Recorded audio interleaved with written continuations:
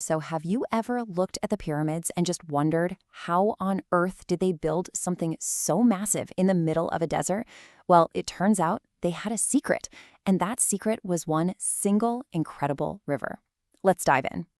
I mean, really think about it. How is that even possible? You've got this powerful civilization with these legendary pharaohs and gigantic monuments surrounded by thousands of miles of hot, dry sand. It just doesn't seem like it should work, right? Well, the ancient Egyptians had a secret weapon, something that brought life right into the heart of the desert, the Nile River. This amazing river, and it's the longest in the world, by the way, flows all the way from the center of Africa to the Mediterranean Sea. And for the Egyptians, it was everything. I mean, without the Nile, there would be no ancient Egypt. It's as simple as that.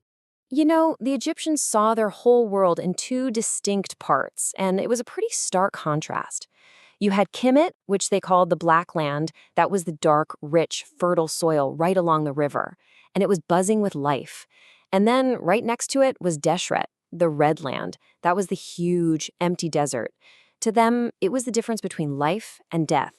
But the Nile was way more than just a source of drinking water.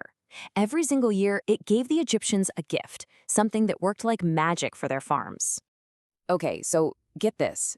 Every summer, like clockwork, the river would swell up and overflow its banks. This is called the inundation. And this wasn't some scary, destructive flood you'd see on the news. Nope. It was so predictable and so gentle that the Egyptians based their entire calendar on it. They knew it was coming, and they were actually excited for it. And here comes the really magical part. After the floodwaters pulled back, they left behind this incredible black mud called silt. And this stuff was packed with all the nutrients it had picked up on its long journey down the river. It was basically like a free yearly delivery of super fertilizer. It made the land insanely fertile. In fact, the Egyptians organized their whole year around the river's three seasons. During Kefet, the flood, you couldn't farm. So farmers would go work on big projects for the pharaoh, like, the pyramids. Then came Peret, the growing season. They'd plant all their crops in that perfect silt. And finally, you'd had Shimu, the harvest season, when they'd gather up all that food before the whole cycle started again. The river was literally their clock. Now, this gift from the Nile was amazing, but it wasn't always perfect. If a flood was too high, it could wash away homes. If it was too low, it could mean drought and starvation. So the Egyptians had to get clever. They had to use their brains to control the water and really get the most out of it. They became absolute experts at water management through something called irrigation. They were basically building their own custom plumbing system, mini rivers and channels to get that life-giving water exactly where they wanted it to go. And they used some seriously brilliant but simple technology to master the river. They built these grids of walls to trap floodwater in basins. They dug canals that could carry water for miles. And they even invented the shadoof, this really cool lever that made it super easy to lift water from the river up into their fields. Just fantastic practical engineering. So, okay, we've got farming and water control. But how does all of that lead to giant pyramids and powerful pharaohs? How do you get from a muddy field to a golden throne?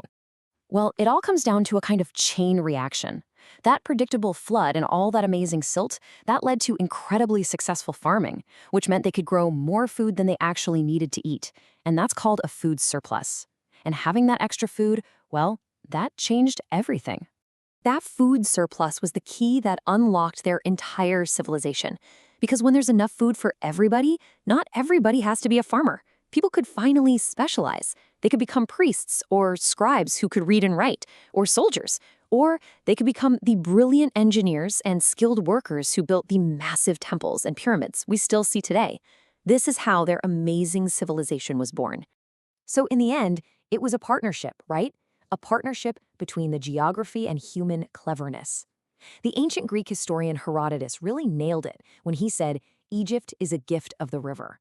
It was a gift that the Egyptians were smart enough to unwrap, to use, and to build a legacy that still blows our minds today. The story of the Nile just shows how powerfully a landscape can shape an entire people, their whole way of life. And it really makes you wonder, doesn't it? What other great civilizations were built not just by people, but by a river, a mountain, or a desert?